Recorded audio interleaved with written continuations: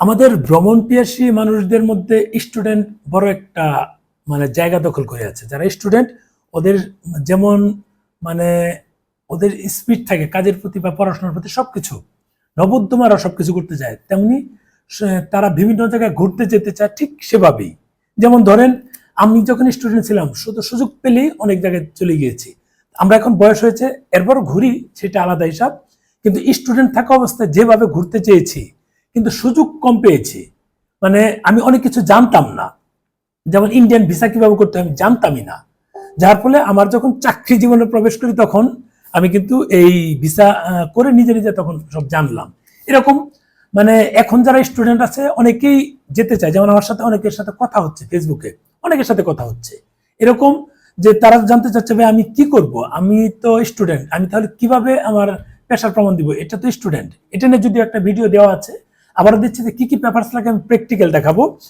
অনেক স্টুডেন্টই বুঝতে পারে না বাবার কাগজ দিয়ে যে সে আবেদন করতে পারবে, অথবা অনেকে স্টুডেন্ট আছে শুধু স্টুডেন্ট আইডি কার্ড আছে, তার বাবা কিছুই করে না, তারা কিভাবে এগুলো আবেদন করবে। এবং অনেকেই বাইরে যেতে চায়, খরচ কম কত সেটা জানতে চায়। আমরা কিন্তু এরকম একটা কাশ্মীরের ট্রিপ রেখেছি।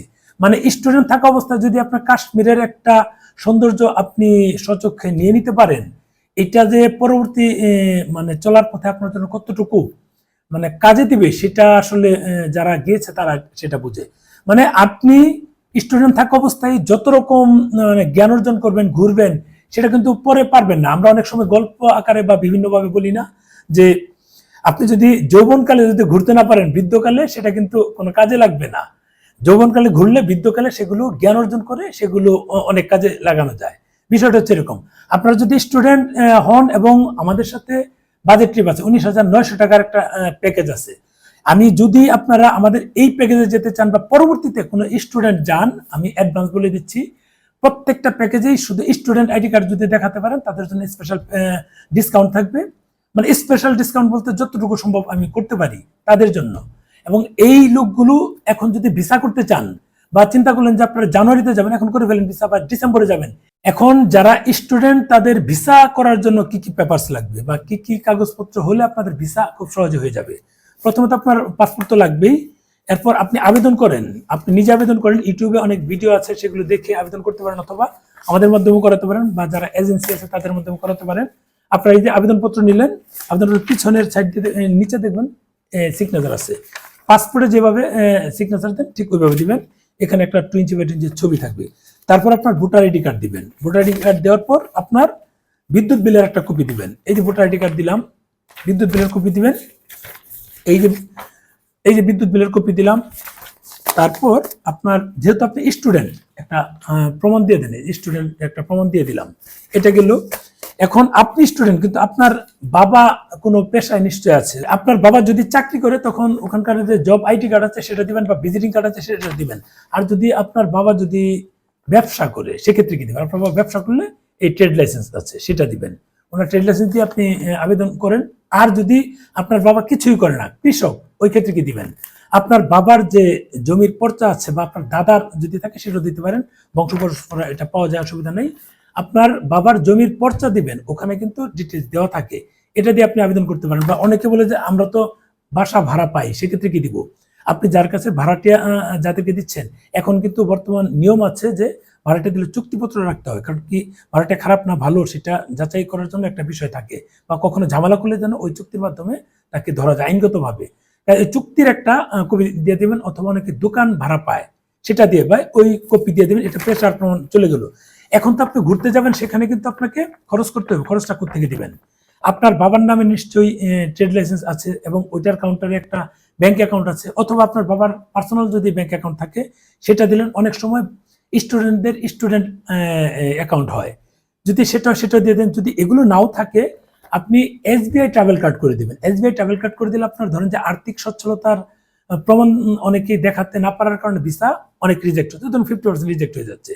তার আপনি যদি এসবিআই ট্রাভেল কার্ড করে দেন, ওখানে কিন্তু 21,250 টাকা আপনাকে দিয়ে এখন $150 সমপরিমাণ এই জমা দিয়ে কিন্তু আপনাকে কার্ডটা নিতে হচ্ছে। তার হাই কমিশন বুঝবে যে আপনি এখানে টাকা ক্যাশ দিয়েই আপনি আবেদনটা করেছেন। তার আপনার আর্থিক সচ্ছলতার দিক দিয়ে কোনো ঝামেলা থাকছে না। তার ব্যাংক স্টেটমেন্ট না থাকলেও ওইটা দিয়ে করতে পারেন।